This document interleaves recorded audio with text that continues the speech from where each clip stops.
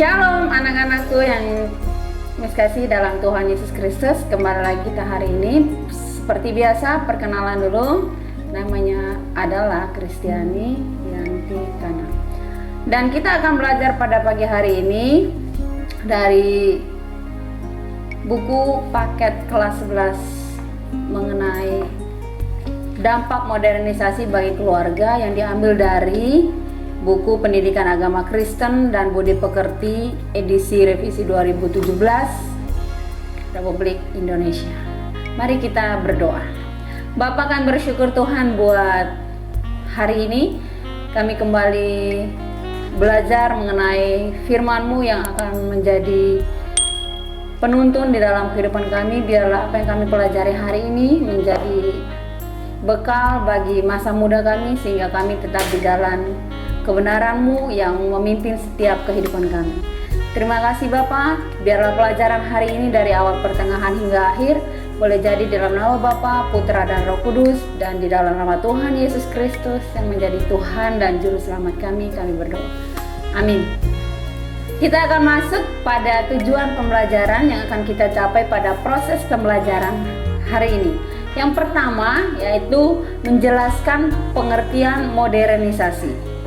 Yang kedua, mendeskripsikan dampak modernisasi bagi kehidupan keluarga. Yang ketiga, menjelaskan pengaruh modernisasi bagi kehidupan keluarga. Keempat, memaknai peran keluarga sebagai bejana tanah liat di tengah dampak modernisasi. Dan yang kelima adalah mengamati sikap keluarga peserta didik dalam menanggapi laju modernisasi. Itulah tujuan pembelajaran yang akan kita capai pada pembelajaran hari ini, dan kita akan masuk pada materi hari ini yang akan didasari oleh beberapa ayat yang akan kita lihat pada hari ini. Bahan Alkitab yang akan kita pelajari pada hari ini yang mendasari pembelajaran hari ini yaitu yang pertama dari 1 Samuel pasal 16 ayat 1 sampai 12, dan yang kedua adalah Efesus 5 ayat 22 sampai 33. Kedua ayat ini kalian harus baca di rumah supaya dapat memahami materi ini lebih dalam, karena materi yang akan kita pelajari ini sumbernya semua dari firman Tuhan. Nah, lagu yang ada di sini di dalam buku paket ini kalian harus belajar sendiri di rumah supaya membangun sebuah keluarga, sebuah keluarga melalui pujian. Kita masuk pada uraian materi yang akan kita pelajari hari ini. Yang pertama kita lihat dari pengertian modernisasi. Mari kita lihat curahkan pendapat kita masing-masing. Kita sering mendengar istilah modernisasi dalam kehidupan sehari-hari, baik melalui media sosial, elektronik, maupun media cetak. Berikan pendapat kamu atas pertanyaan berikut. Nomor 1, apa yang dimaksud dengan modernisasi? Nah, kasih clue-nya ya. Yang dimaksud dengan modernisasi adalah suatu sikap perubahan yang dulunya kurang modern dan sekarang lebih modern, ya, atau suatu sikap yang dulu jadul sekarang itu lebih elegan, ya. Pendapat sekilasnya seperti itu. Yang kedua adalah apa dampak modernisasi bagi keluarga. Nah, dampak modernisasi bagi keluarga itu memiliki dua dampak, yaitu yang pertama kita lihat dampak positifnya, yaitu bisa mempererat komunikasi keluarga yang jauh, ya, melalui perkembangan kehidupan modernisasi, dan juga memperoleh informasi. Nah, itu dampak positifnya. Kalau kita perhatikan dampak negatifnya, yang pertama membuat komunikasi di antara keluarga itu renggang, ya. Terus yang kedua, dampak negatifnya adalah komunikasi di antara keluarga itu berkurang, ya, karena menggunakan HP sebagai media komunikasi. Yang ketiga, bagaimana sikap keluarga-keluarga Kristen dalam menghadapi modernisasi? Sikap keluarga-keluarga Kristen dalam menghadapi modernisasi yang pertama harus membangun sikap kerukunan di antara keluarga.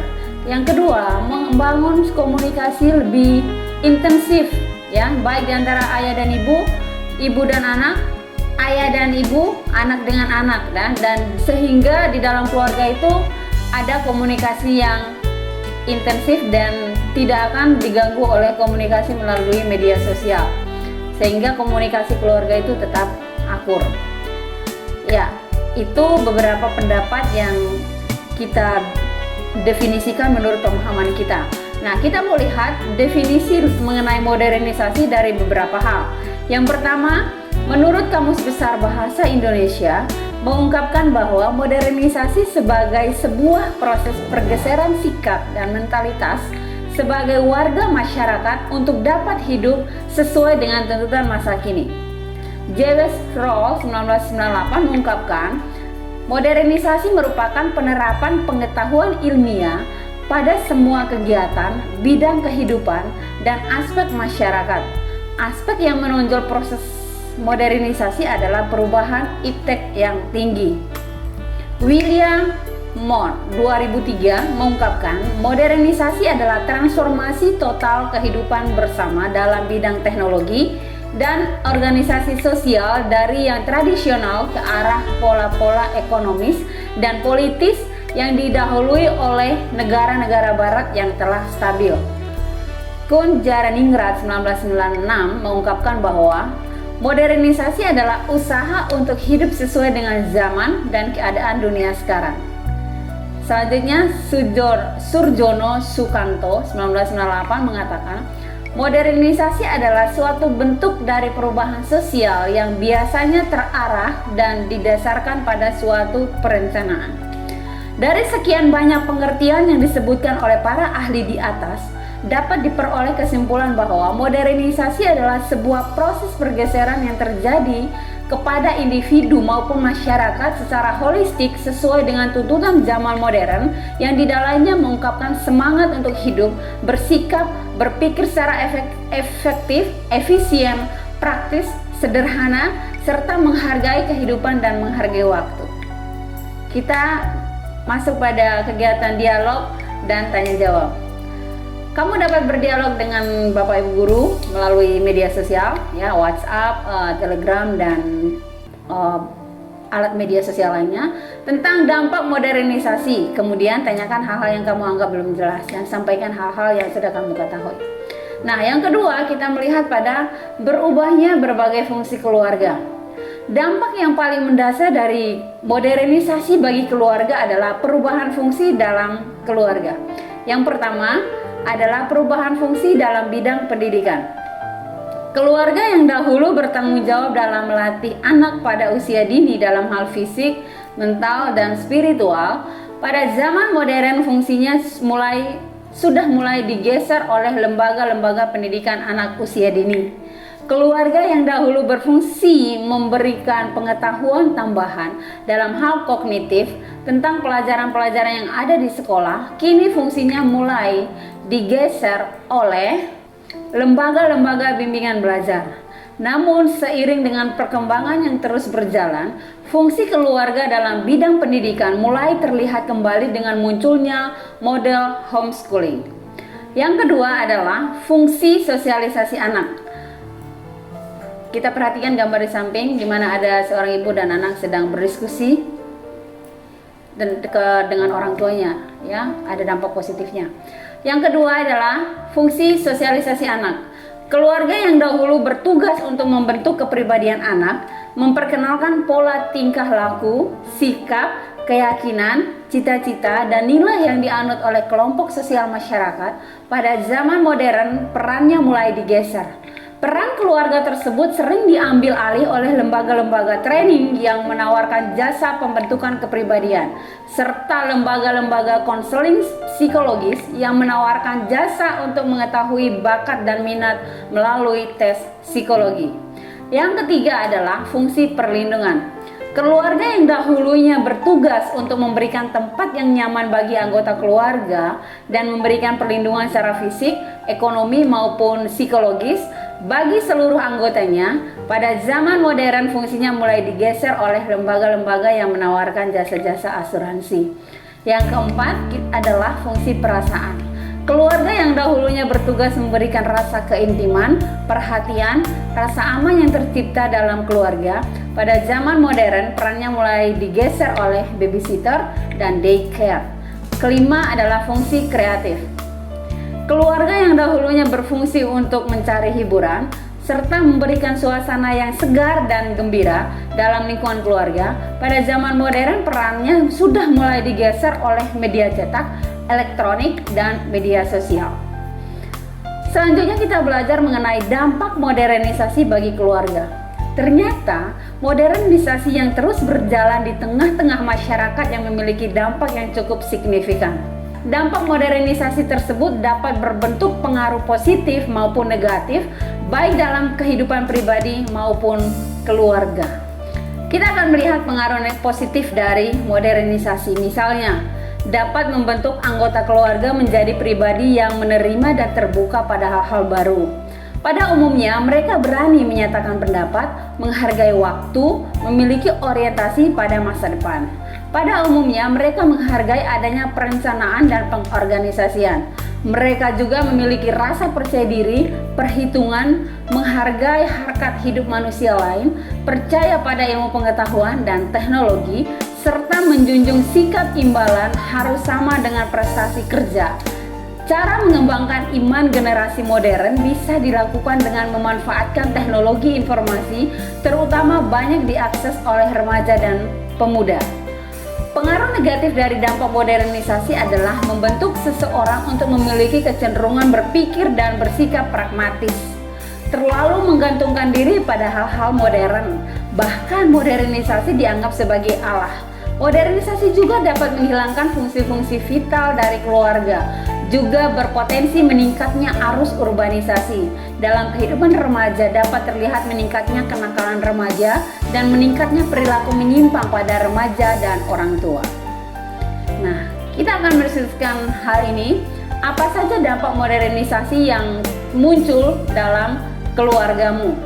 Dampak modernisasi yang muncul dalam keluarga kita bisa positif, bisa negatif. Positifnya, keluarga kita terbuka dengan suasana perkembangan kehidupan modern yang ada sekarang, dan juga bisa negatifnya bagaimana keluarga itu kurangnya komunikasi. Yang kedua adalah dampak modernisasi dalam keluargamu cenderung mengarah pada seperti apa.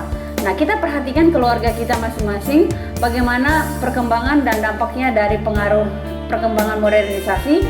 Kita lihat bahwa keluarga kita mengarah kepada hal-hal positif karena ada firman Tuhan menuntut kehidupan kita.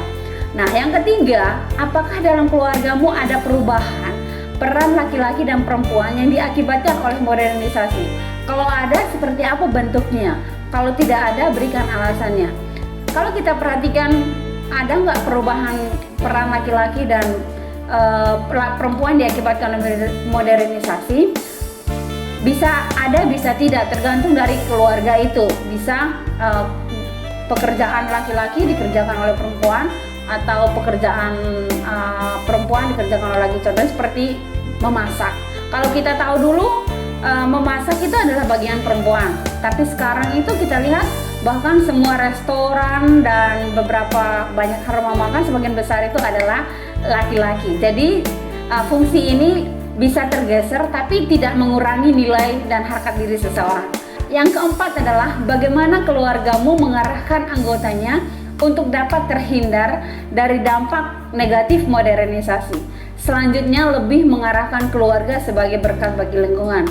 Cara kita mengarahkan keluarga untuk terhindar dari dampak negatif modernisasi adalah dengan memberikan pemahaman kepada setiap anggota keluarga bahwa alat elektronik atau media sosial yang kita punya itu berguna untuk hal-hal yang positif dan kita gunakan untuk hal-hal yang membangun. Contoh seperti handphone yang kita punya, kita harus beri dia penjelasan bahwa HP ini sangat berguna untuk kita komunikasikan dengan keluarga yang jauh, atau ketika kita bepergian kita bisa komunikasi dengan keluarga di rumah. Nah, tapi ada dampak negatifnya dari HP ini ketika kita tidak menggunakannya untuk hal yang positif, contohnya mengakses hal-hal yang negatif. Nah, ini akan berdampak buruk terhadap kehidupan kita. Selanjutnya kita akan lihat keluarga sebagai bejana tanah liat di tengah dampak modernisasi. Berdasarkan pemahaman yang menyatakan bahwa modernisasi adalah sebuah proses dengan aspek penting, yaitu efektivitas, efisien, praktis, sederhana, menghargai kehidupan, dan menghargai waktu. Oleh karena itu, keluarga Kristen perlu mengembangkan sikap yang terbuka dan mau menerima masukan dari semua pihak, termasuk setiap proses perubahan yang diusung oleh zaman modern.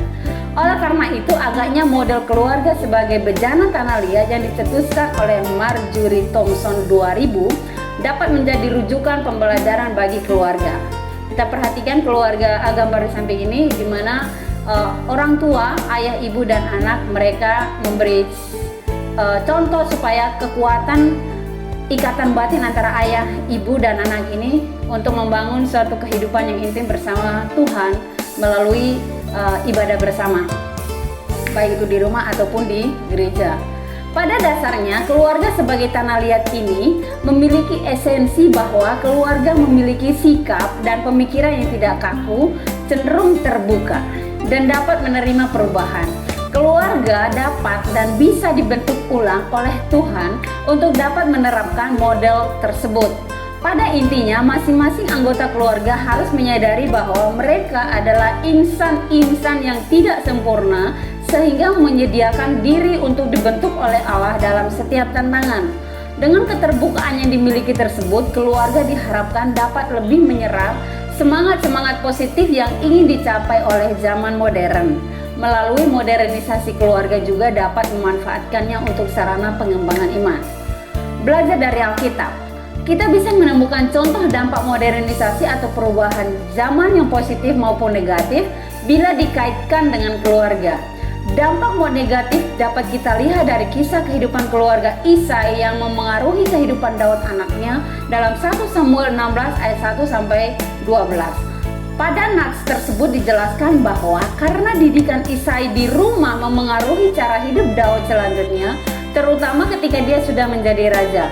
Berbagai kebijakan berinisiatif untuk melakukan perang dan memaksakan keadaan damai lewat ancaman merupakan hal yang kiranya tidak perlu kita teladani.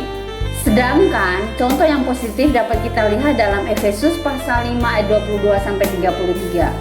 Teks tersebut merupakan nasihat kepada orang Kristen yang hidup di kota metropolis, pusat perdagangan modern di kerajaan Romawi. Di tengah masyarakat modern banyak yang orang bersikap egois, pemikiran pragmatis, mentuhankan modernisasi, kurangnya penghargaan terhadap kemanusiaan, dan banyak terjadi penyimpangan dalam keluarga. Dalam konteks seperti ini, penulis kitab memberikan saran sederhana mengenai aturan yang pantas dalam membina hubungan sesama anggota keluarga Kristen. Meletakkan fondasi kehidupan keluarga pada Kristus sebagai kepala keluarga di dalam Efesus 5 ayat 22 dan 24. Hubungan yang terjalin dalam keluarga Kristen mencerminkan nilai-nilai keadilan ayat 28, kesetaraan ayat 33, serta anjuran agar semua anggota keluarga mempunyai kesadaran dan melakukan fungsi masing-masing sesuai perannya. Nats ini memberikan teladan bagi kita semua mengenai bagaimana menjalankan kehidupan di tengah masyarakat negatif, peradaban modern yang semakin merusak fungsi-fungsi keluarga Kristen. Contoh teladan tersebut dapat dipengaruhi melalui Tuhan Yesus Kristus. Saatnya kita berbagi pengalaman. Guru akan membimbing kamu untuk melakukan presentasi hasil diskusi kelompok di depan kelas. Mari kita lihat sebuah studi kasus. Di dalam pertemuan keluarga di meja makan, bapak, ibu, dan anak, ternyata masing-masing orang sangat sibuk dengan handphone di tangannya. Meski kelihatannya berdekatan, namun sesungguhnya mereka saling berjauhan. Bagaimana mengatasi hal tersebut? Nah, cara mengatasi seperti ini harus dibicarakan, baik itu dari pihak bapak, ibu, ataupun anak, supaya membuat sebuah kesepakatan bahwa kalau di saat makan semua handphone harus diletakkan, tidak boleh memegang handphone, ya. Jadi harus dibicarakan. Siapa yang memulai? Yang menyadarinya, entah itu sebagai anak atau sebagai ibu atau sebagai bapak, dibicarakan dengan lemah lembut dan tetap baik dengan nada yang sopan.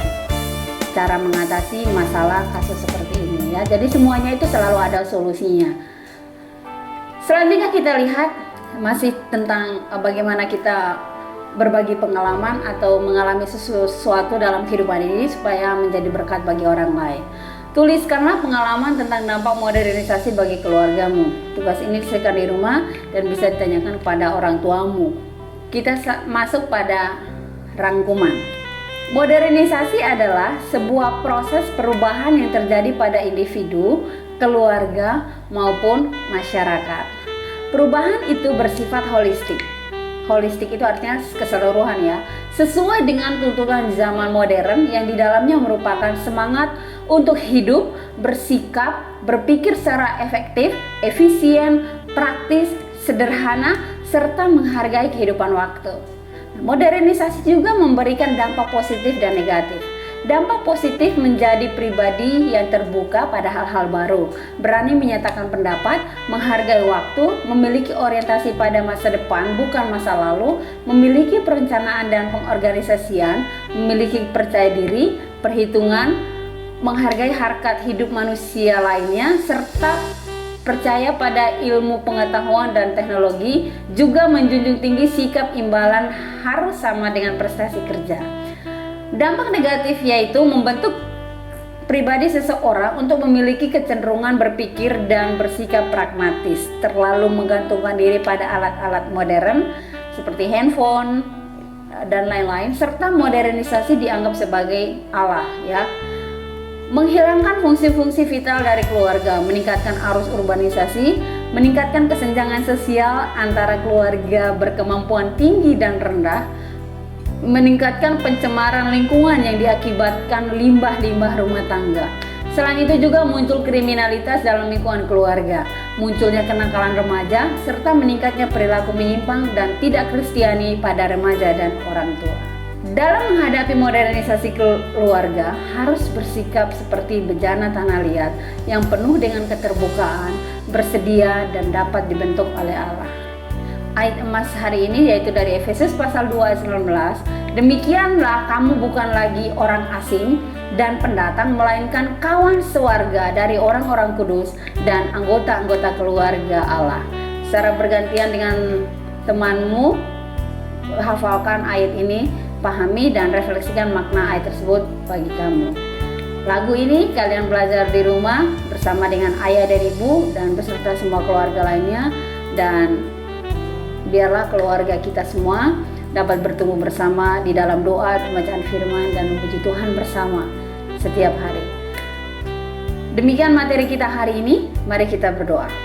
Bapa, kami bersyukur Tuhan buat hari ini. Kami bersyukur kami telah belajar bagaimana kami menjadi keluarga yang bertumbuh ke arah yang lebih baik bersama dengan Tuhan, sehingga kami melalui Roh Kudus-Mu dimampukan untuk kami dapat menghadapi kehidupan modern seperti zaman sekarang ini, tetap di dalam kehidupan firman-Mu yang menuntun kami. Berkati anak-anak yang mendengar dan berkati setiap kami, sehingga biarlah iman kami terus diperbaharui oleh Tuhan melalui ilmu dan Alkitab yang kami baca dan kehidupan kami hari lepas hari. Terima kasih Bapa, kami naikkan doa kami hanya di dalam satu nama Tuhan kami, Yesus Kristus, yang adalah Tuhan dan Juru Selamat kami berdoa. Haleluya, amin. Terima kasih, Shalom.